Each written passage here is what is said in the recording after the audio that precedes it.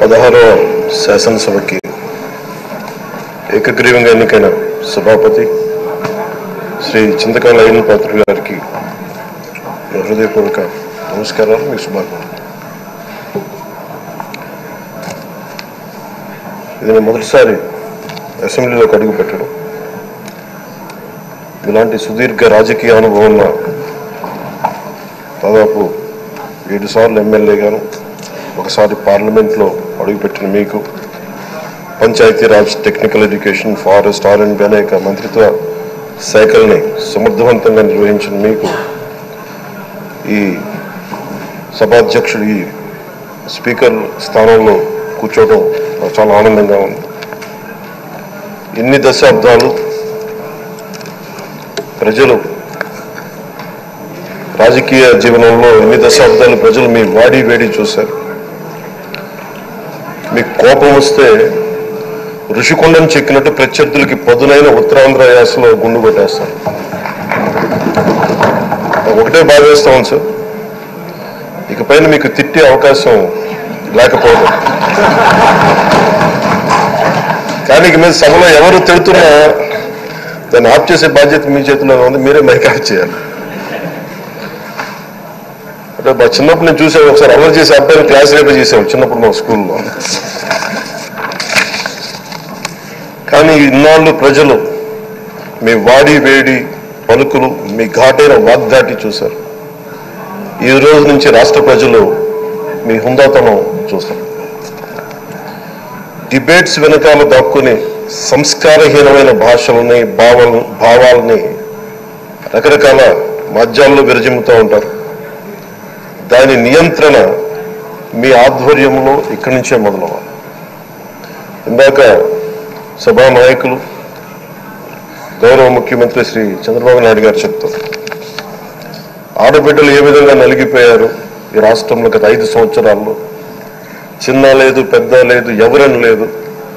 ఎవరన్నా సరే ఒక మాట మాట్లాడితే వాళ్ళు వ్యక్తిగతంగా దూషణ, సోషల్ మీడియాలో వాళ్ళని క్యారెక్టర్ అసాసినేట్ చేయటం, వాళ్ళు పెద్ద నాయకులు కావచ్చు, కార్యకర్తలు కావచ్చు, లేదా వాళ్ళకి ఎదురు తిరిగి ఒక ఒపీనియన్ చెప్పి ఎవరైనా సగటు మనిషి కూడా కావచ్చు. అది ఇక్కడితో ఈ రోజు నుంచి ఆగిపోవాలి అధ్యక్ష. అది మీ ఆధ్వర్యంలోనే మొదలవ్వాలి. గత ప్రభుత్వం తాలూకు సభ జరిగిన విధానం చూస్తే ఈ వ్యక్తిగత దూషణ ఇవన్నీ చాలా ఇబ్బంది పెట్టే ప్రజలు. ఈ రోజున వాళ్ళకి 11 సీట్లకు పరిమితం అయ్యారు, ఈరోజు లేరు, ధైర్యం లేదు వాళ్ళకి. విజయాన్ని తీసుకోగలిగారు కానీ ఓటమి కూడా ధైర్యంగా పుచ్చుకునే వాళ్ళకి స్థాయి లేదు, వాళ్ళకి పారిపోయారు ఇక్కడి నుంచి. భావంలో ఉండే తీవ్రత భాషలో ఉండాల్సిన అవసరం లేదు. భాష మనుషుల్ని కలపడానికి కానీ విడగొట్టడానికి కాదు.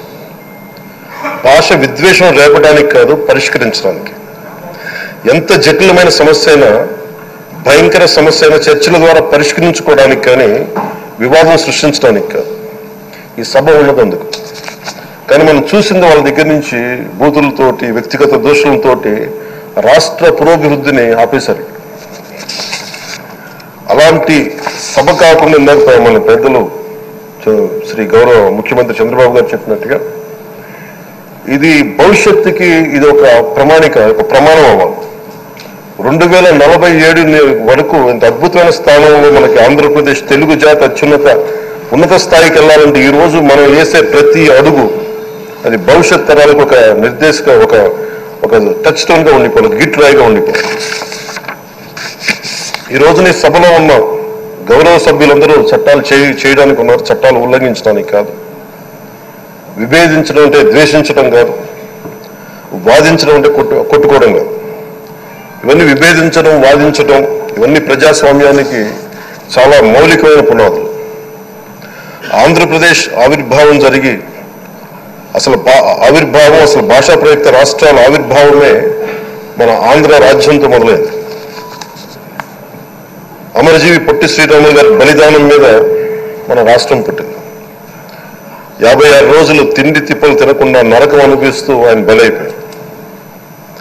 ఆయన మరణానికి చేరువవుతూ ఆమరణ నిరాహార దీక్ష చేసిన ప్రతిరోజు మనకి దాదాపు ఈ సుదీర్ఘమైన 6 దశాబ్దాల కాలం 1.5 సంవత్సర కాలం అంటే ఆయన ప్రతిరోజు చావుకు చేరువవుతూ భోజనం లేకుండా ఆయన గడిపిన ప్రతిరోజు మనకి 1.5 సంవత్సర కాలం.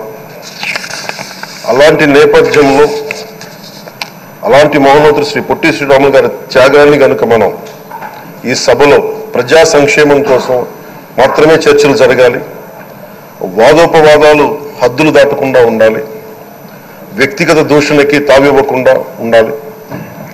అలా కాకుండా గత ప్రభుత్వం లాగా ఈ సభని తిట్లకి బూతులకి కొట్లాటకి వాడితే ప్రతి నిమిషం పొట్టి శ్రీరాములు గారి బలిదానాన్ని అవమానం చేసినట్టే. ఒక గొప్పవాడు ఒక మహానుభావుడు బతికినప్పుడు మాత్రమే కాదు, చనిపోయిన తర్వాత కూడా కొన్ని తరాలు ఉపయోగపడతారని నిరూపిస్తారు.